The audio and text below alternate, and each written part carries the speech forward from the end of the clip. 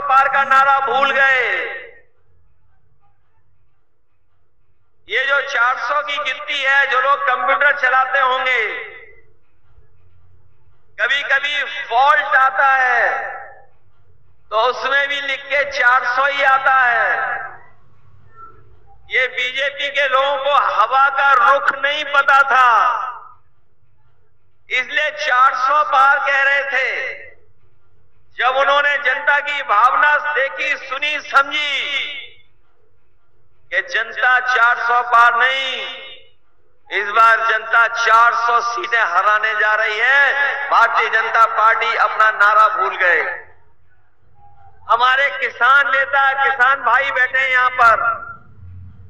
इन किसान भाइयों को भारतीय जनता पार्टी ने भरोसा दिलाया था कि सरकार बनेगी तो किसानों की आय दोगुनी हो जाएगी, उनकी हर फसल का मुनाफा सरकार देने का काम करेगी।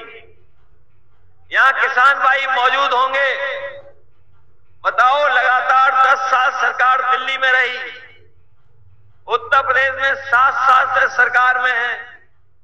हमारे किसी भी किसान भाई को उसकी फसल की पैदावार की सही कीमत भी अगर सरकार ने दिलाई हो तो बता दो।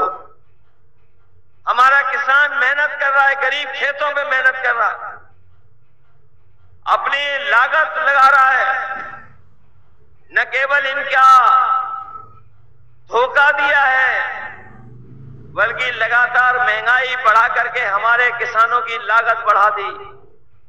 डीजल, पेट्रोल महंगा कर दिया, खाद की बोरी से खादी गायब कर दी, खाद महंगी, डीएपी महंगा, कीटनाशक दवाई महंगी, बिजली महंगी, और सब लगातार इन्होंने महंगाई बढ़ा दी। हमारा किसान खुशहाल नहीं हुआ।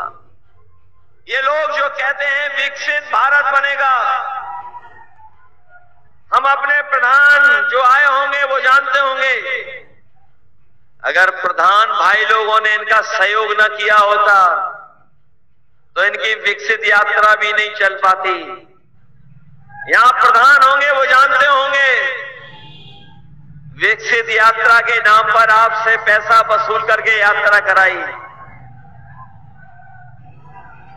सुनने में आ रहा है ये भूसे के लिए भी दबाव बना लेते हैं कभी कभी।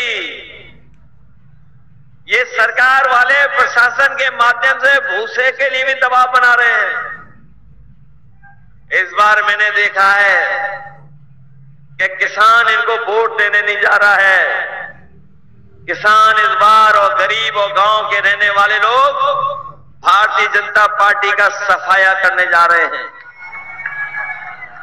उन्हें याद है कि दिल्ली में जब अपना मांग को लेकर के गए थे, इन्होंने सड़कों में कीलें लगवा दी थी, आरसीसी की दीवार खड़ी कर दी थी।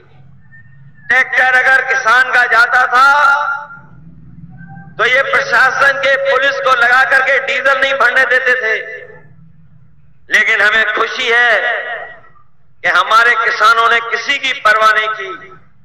वो आंदोलन में गए, 1000 शहीद हो गए, पीछे नहीं हटे। सरकार को पीछे हटना पड़ा, तीनों काले कानून वापस लेने पड़े।